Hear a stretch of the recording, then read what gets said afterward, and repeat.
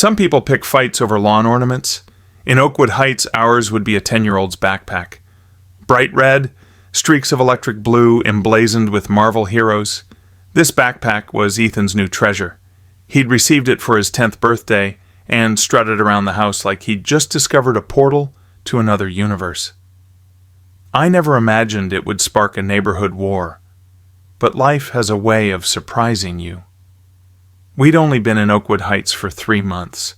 The schools were great, the homes well kept, except the HOA enforced every rule with militant precision. Mailboxes matched, grass was always the same shade of green, and exterior paint had to fit an approved earth tone palette. Truth be told, some rules were harmless, others outright absurd. Still, it seemed worth it, for stability, for community. I thought we'd adapted well. I was naive. That morning was deceptively peaceful. My wife left early for work. I helped Ethan pack his lunch, peanut butter and jelly, his favorite snack bar, and a thermos of chocolate milk. He grabbed his brilliant superhero backpack, slung it over his shoulder, flashed that grin that melts your heart, and headed down the cul-de-sac toward the school bus stop. I settled out on the porch with my coffee, savoring the quiet, watching neighbors jog or walk dogs. The sun glinted off perfectly manicured lawns, and I felt content. Then my phone rang. "Dad," Ethan's voice came, quivering. "There's a lady here yelling at me about my backpack. She says I can't wait here. She says it breaks HOA rules." A shrill voice cut through, something about colors, rules, authority. The tone made my blood boil, but I stayed calm. "I'm on my way," I told him, tension coiling in my chest. I didn't bring my badge or department car. Sometimes it's better to handle things quietly. I drove down the street in my civilian car, a silver sedan, nothing official. As I got closer to the bus stop, I saw them. A sharply dressed woman, mid-40s, precisely styled blonde bob, designer athleisure, standing over Ethan as he clung to his backpack. She looked like she'd stepped off a private jet's editorial. She barked into her phone, probably calling her cronies. "Excuse me," I said as I approached, my voice low but firm, honed by years in the field. "Is there a problem here?" The woman spun around with practiced outrage. "Yes," she spat. "There's absolutely a problem. I'm Karen Whitfield, president of the Oakwood Heights HOA. Your son is flagrantly violating community aesthetic guidelines." I placed a hand on Ethan's shoulder. "What exactly is the violation?" Karen brandished her phone like a weapon. Section 12, paragraph 3. All visible items must conform to neighborhood earth tone palette. That ridiculous backpack is bright red and blue. I laughed, disbelief spilling out. "You're telling me a child's school backpack breaks HOA rules because of its color?" She nodded, proud as a peacock. "Rules are rules. That bus stop is HOA property. Allow one gaudy backpack and soon we'll have chaos and crashing property values." I breathed, choosing calm over anger. "Ms. Whitfield, this is a public school bus route, a child waiting for transportation. His backpack is not permanently displayed on the property. It's temporary. This feels like overreach." Her cheeks flushed, an impressive shade of beet. "Do not lecture me about HOA authority," she snapped. "I've served 6 years. We maintain standards. Your son needs to leave, or I'll call security." Security over a backpack. Ethan swallowed, eyes wide. "It's okay, bud," I murmured. "You didn't do anything wrong." The bus came into view. I motioned to Ethan. She stepped in his path. "He can't board with that backpack. I won't allow it." I let the tension stretch in the air, then spoke clearly. "Ms. Whitfield, I am Chief Jackson Reynolds of the Oakwood Police Department. You're preventing a minor from accessing public school transportation. That's obstruction." Her expression flickered, shock, then anger. "Being chief doesn't exempt you from rules," she spat. The bus pulled up. Doors hissed open. "Go ahead, Ethan," I said softly. I guided him past her. She grabbed my arm. Her acrylic nails bit into my skin. "We're not done." I gently pried her hand away. Please don't touch me again. Ethan climbed aboard, looked back with nervous eyes. I nodded. Then the doors closed. You've made an enemy, she sneered, pointing her finger. Emergency HOA meeting tonight. We'll fine you daily. I met her glare evenly. I'd like to see the specific bylaw granting HOA authority over children's school supplies. Might risk a lawsuit, right?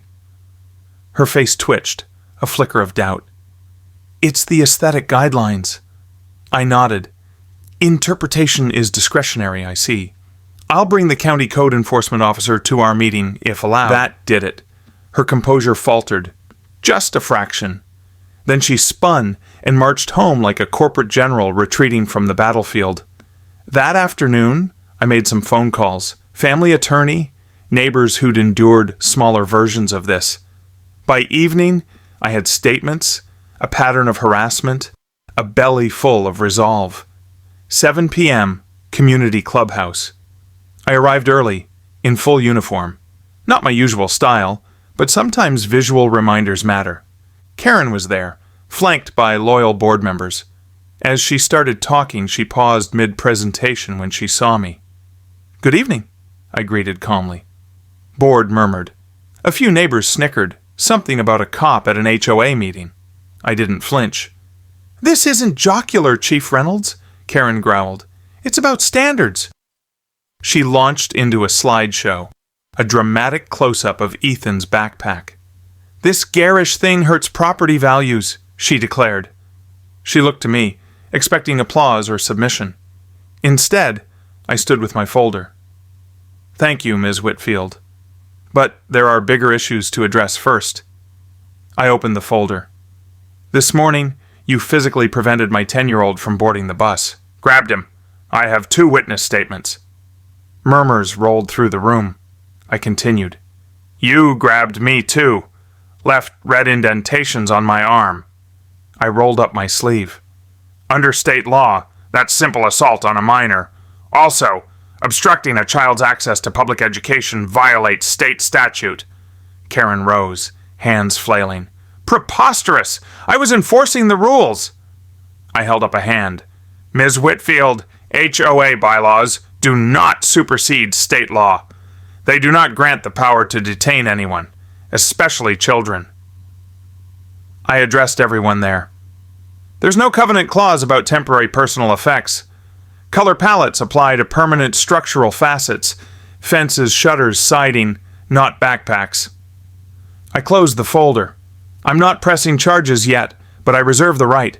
What I am today is a concerned parent, and I've invited County Inspector Davis, ready to conduct a compliance review. From the back, a woman in a county blazer stood. Karen's face went pallid. You have no authority, Karen spluttered. You can't bring in outside oversight without board approval. Inspector Davis moved forward. Any resident may request a review. My preliminary findings show patterns of harassment, arbitrary enforcement. Then it happened. Karen snapped. This is a coup! She tore open her binder and hurled it at me. I sidestepped. It struck Inspector Davis in the shoulder. The room gasped. I briskly approached, all police presence now. Ms. Whitfield, please, place your hands behind your back. You're under arrest for assault on a county official. Her jaw dropped. You can't arrest me! I'm the HOA president! I pulled out the cuffs. You have the right to remain silent. Behind us, the remaining board members exchanged terrified glances. They held a sudden vote. Unanimous. Karen was removed as president, effective immediately. As we exited the clubhouse, Karen wailed, You can't do this! I gave this neighborhood stability, property values. She glared at her old bulletin board. Her face, her name above the mailboxes, now just relics. The next morning she was released on bail but hit with misdemeanor assault charges and a restraining order. No contact within 100 feet of me or Ethan. That afternoon, she emerged from the courthouse to find local reporters waiting. They pounced. Cameras rolled as she clutched her designer handbag, trying to hide. But every second was caught. The awe, the meltdown. Her carefully built reputation lay in ruins. Oakwood Heights should remember her, not for her dedication to earth tones, but for her spectacular fall from grace. Like this video if you think Karen finally got what she deserved, and subscribe for more outrageous HOA power trips, real-life neighborhood chaos, and satisfying endings just like this one.